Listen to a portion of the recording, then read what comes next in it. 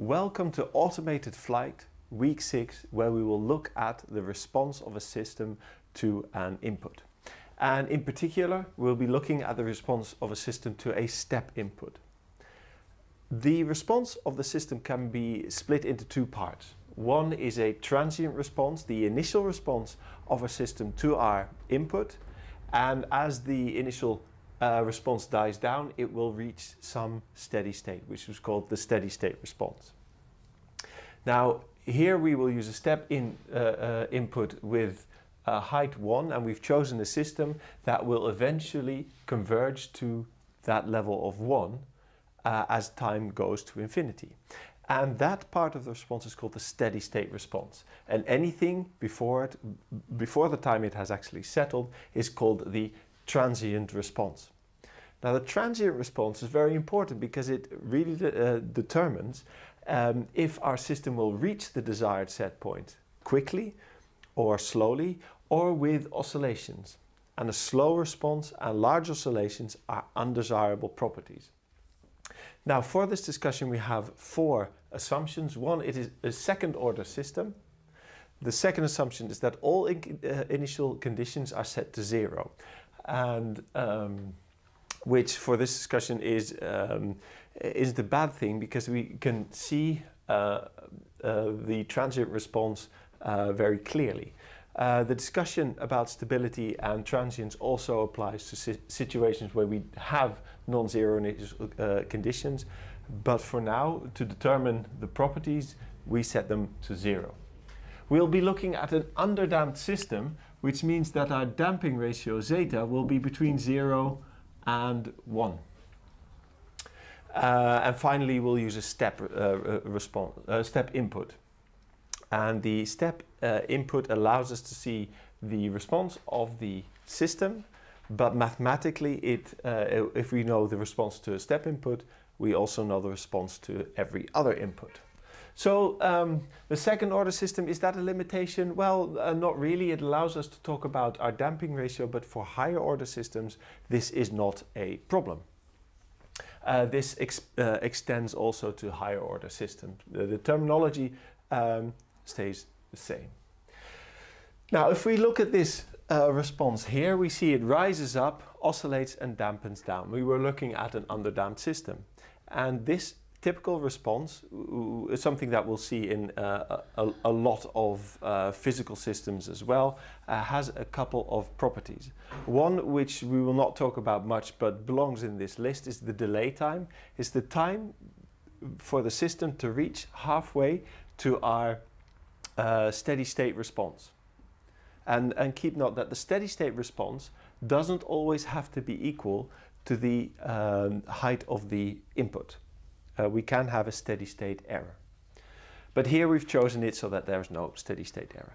So the delay time is the time it takes to reach half of our steady state level. The rise time here is the time it takes to come from 0% to 100% of our steady state response. The peak time is the time it takes to reach our first peak. And the settling time is the time it takes for the oscillations to dampen out so that the response is within within 10% of our steady state situation. And it can be plus 5 or minus 5% below that. You can also take this more stringent, let's say 2%, but for now we've taken 10%. Now, as I said before, the delay time is usually not used much, but the rise time, the peak time, the maximum overshoot, so the maximum level that the response is above our steady state time, and the settling time are very important properties. Now, an underdamped system has a zeta damping ratio value between 0 and 1, but typically we don't go to the boundaries of this interval. We typically stay between 0.4 and 0.8, because anything above 0.8 it will have a very sluggish response. You can imagine if there's a lot of damping and a lot of viscous damping, the system will be very slow to approach our set point. But if we don't have enough damping, we'll get more overshoot. which is undesirable. So anything below 0.4 and above 0.8 we typically avoid. Now to add a system to this response, I've taken a system here where we have omega n squared over s squared plus 2 zeta omega n s plus omega n squared. This is typically not the form we have it, but this is a specific standard form. And the good thing about this is that if we take the omega n squared above, then the system will reach the level of our step input. And so we will not have a steady state error. If we take the inverse Laplace transform here, what we'll get is 1 minus, well, this term.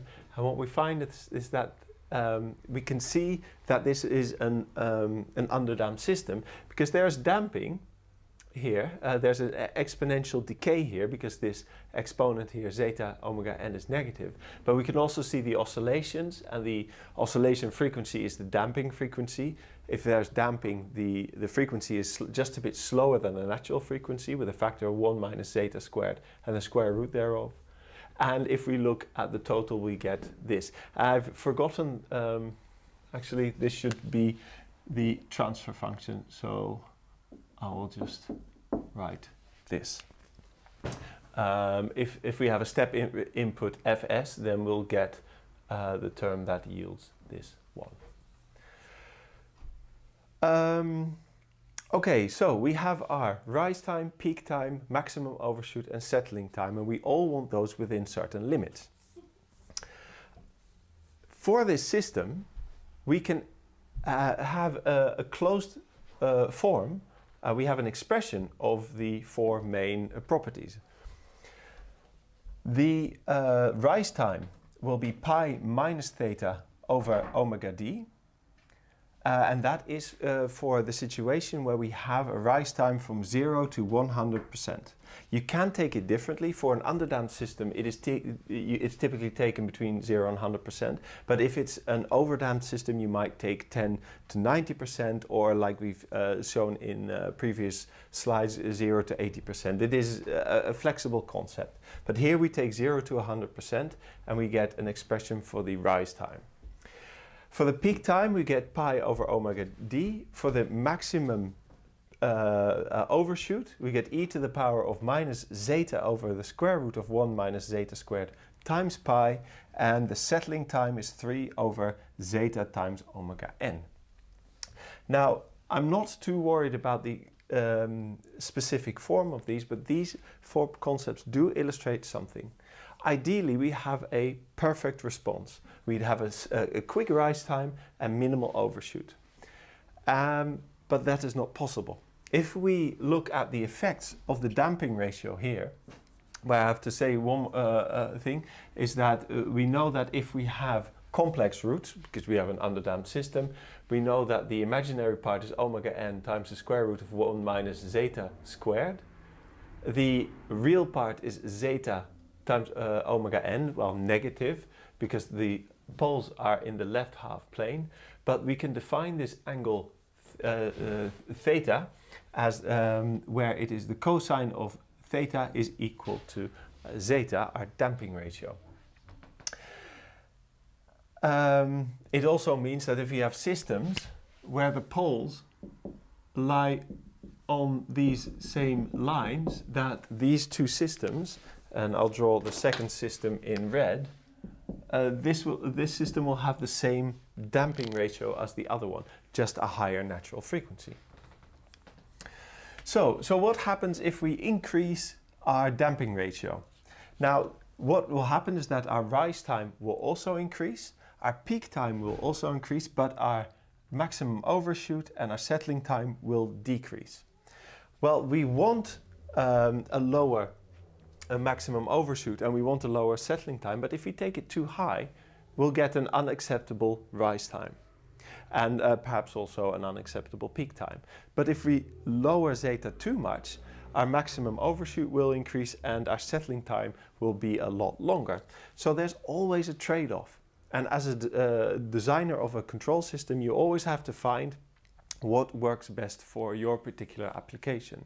Is overshoot acceptable, or is it really something you want to avoid?